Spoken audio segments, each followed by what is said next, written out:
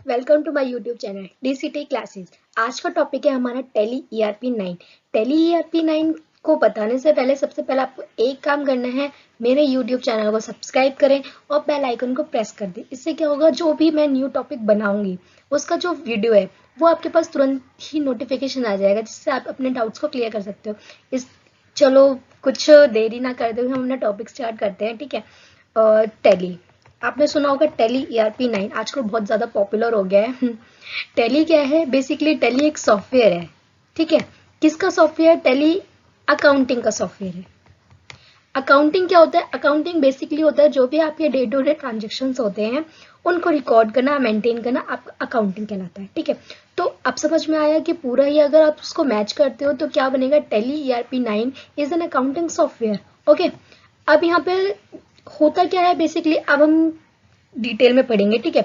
Meaning, Tally is an ERP accounting software package use to recording day to day business transactions of a company. Tally क्या है?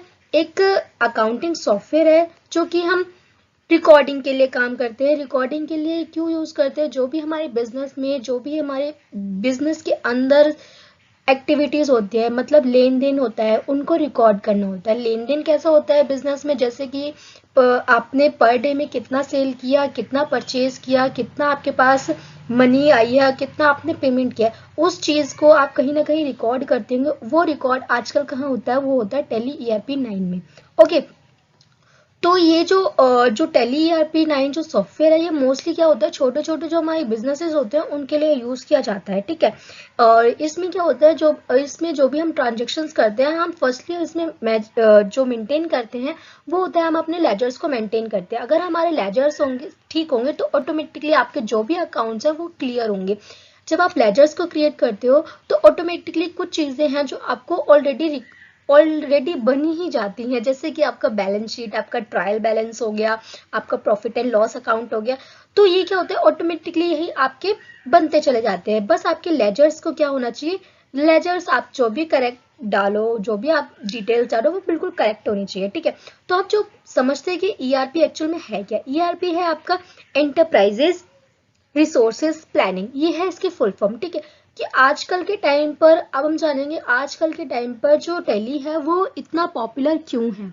क्यों popular? A huge amount of organisation are using for maintaining the data of a company because it easy to record the transaction. क्या होता है, जो भी हमारे transactions हैं बिजनेस के अंदर जो भी हो रही हैं उनको हम रिकॉर्ड करते हैं। उनको रिकॉर्ड करना ही बहुत ईजी हो गया। मतलब कोई भी पर्सन है, अगर उसको ये चीज बता दीजिए कि हाँ हाँ ऐसे ऐसे रिकॉर्ड करना है, वो इजिली ही रिकॉर्ड कर देगा। ठीक है।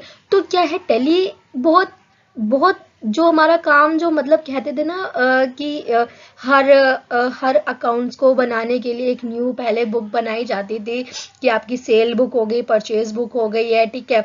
आपकी रिसिप्ट हो गई है, आपकी पेमेंट हो गई है, जो भी बहुत सारी बुक्स को हैंडलिंग करना बहुत ज़्यादा मुश्किल हो जाता।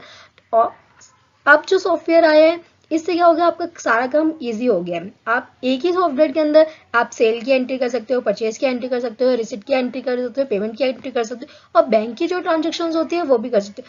जब इसमें क्या होता है कि आप ट्रांजेक्शन्स करते हो, ऑटोमेटिकली ही आपको बैलेंस शीट जनरेट हो जाती है। इसमें आपको कोई भी खुद से बैलेंस शीट क्रिएट करने की, 100 बुक्स को लेके आके उनसे फिर मैच करने की जरूरत नहीं होती है। ये सिंपल सा आपको काम करना होता है, अपनी ट्रांजेक्शन को अच्छे से नोट करना होता है, ऑटोमेटिकली सारा काम हो जाता है इसका। Thank you.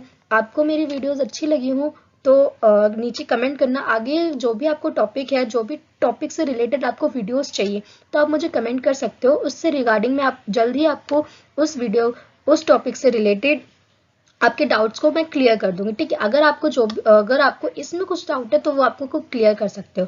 Thank you.